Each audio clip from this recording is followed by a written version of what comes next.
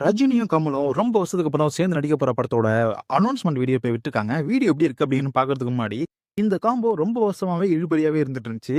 இது ரொம்ப பேர் கையிலயும் போயிட்டு வந்துட்டு இருந்துச்சு. அது மட்டும் இல்லாம நெல்சன் தான் இத பண்றாரு அப்படிங்கிறதுக்கு முன்னாடியே வந்து லோகேஷ் கனகராஜ் தான் இதுக்கான விதைய போட்டாரு அப்படின்னு தான் இன்னும் சோசியல் மீடியால சொல்லிட்டு இருக்காங்க.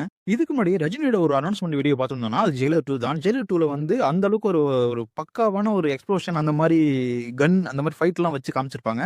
அந்த அனௌன்ஸ்மென்ட் வீடியோ ரொம்பவே சூப்பரா இருந்துச்சு. அப்படி இந்த அனௌன்ஸ்மென்ட் வீடியோக்கு வந்திருந்தோம்னா, அப்படியே ஆப்போசிட்டா இருக்குங்க. எந்த ஒரு கன்னோ, கான் ஷாட்டோ எதுவுமே கிடையாது.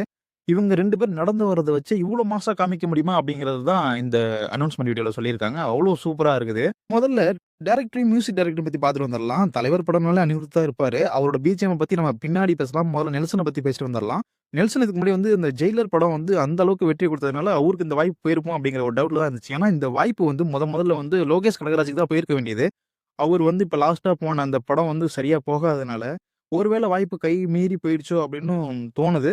பட் இருந்தாலும் நெல்சனுக்கு வந்து அடுத்தது ஜெயிலர் 2 வருது. இதுல அவரு என்ன மாரி ஒரு கான்செப்ட் கொண்டு வராரு, எந்த மாரி படம் இருக்க போகுது அப்டிங்கிறத பொறுத்து தான் இவருக்கு அடி விழுமா, இல்ல பாராட்டு மழை கொட்டுமா அப்டிங்கிறது மீம்ஸ பார்த்தா தெரிஞ்சிரும். ஜெயிலர் 2 ரிலீஸ் ஆனதுக்கப்புறம். சொன்ன மாரியே ஜெயிலர் படம் வந்து ஜெயிலர் 2 படம் வந்து ஹிட் ஆயிடுச்சு அப்டின்னா, இதுக்கான ஹைப் அதாவது கமல்ஹாசனும், ரஜினிகாந்தும் சேர்ந்து நடிக்கிற படத்துக்கான ஹைப் வந்து உச்சத்துல இருக்கும்.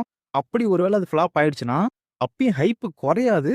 ஆனா உச்சம்ங்கிறது இருக்குமா? அப்படிங்கிறது ஒரு டவுட்ல இருக்கும். அதுக்கப்புறம் அவங்க எப்படி ஹேண்டில் பண்ண போறாங்கங்கிறத பொறுத்து தான் இருக்கு. எத பொறுத்துன்னா, அவங்களுடைய அந்த அனௌன்ஸ்மென்ட்டும் சரி, பிளஸ் இவங்க பண்ற புரமோஷன பொறுத்து படத்துக்கான ஹைப்ப வந்து முடிவு பண்ணலாம். இப்போ மியூசிக் டைரக்டரான அனிருத்துக்கு வந்துரலாம். தலைவர் படம்னாலே அனிருத் தான். சொல்லிக்கவே முடியாது. அதுவும் அண்ணனுக்கு நான் தான் செய்வேங்கிற மாரி இறங்கி செய்வாரு. இதுல என்னன்னா வச்சுக்கங்க, இப்போ பெரிய ஹீரோ படம்னாலே வந்து அனிருத் தான் கமிட்மெண்ட் ஆறாரு. ஃபர்ஸ்ட் பெர்ஃபார்மன்ஸ் வந்து அனிருத்துக்கு தான் குடுக்குறாங்க. எக்ஸாம்பிளுக்கு பார்த்தோம்னா, அஜித் படமா இருந்தாலும் சரி, விஜய் படமா இருந்தாலும் சரி, கமல் படமா இருந்தாலும் சரி, இப்ப ரஜினி படமா இருந்தாலும் சரி, இவங்களுடைய லாஸ்ட் படம் எல்லாமே பார்த்துட்டீங்கன்னா வச்சுக்கங்க, தக் லைஃப்ப தவிர பாக்கி எல்லா படமும் வந்து அனிருத் தான் உள்ள பூந்து விளையாண்டுருப்பாரு. அதுக்கேத்த மாரி பிஜிஎம்லாம் எல்லாமே மாஸா குடுத்திருப்பாரு. அனிருத் பத்தி சொல்லணும்னா சொல்லிக்கிட்டே போலாம். இப்போ இந்த அனௌன்ஸ்மென்ட் வீடியோல வந்து ப்ளே ஆன அந்த ஆஜா ராஜா சாங் அத கேட்டோம்னா வச்சுக்கங்களேன், ஒரு ரெட்ரோ வைப்பும், அதுக்கேத்த மாரி இப்போ உள்ள ஒரு வைப்பும் கிடைக்குதுங்க. அவ்ளோ சூப்பரா இருக்கு கேட்க கேட்க.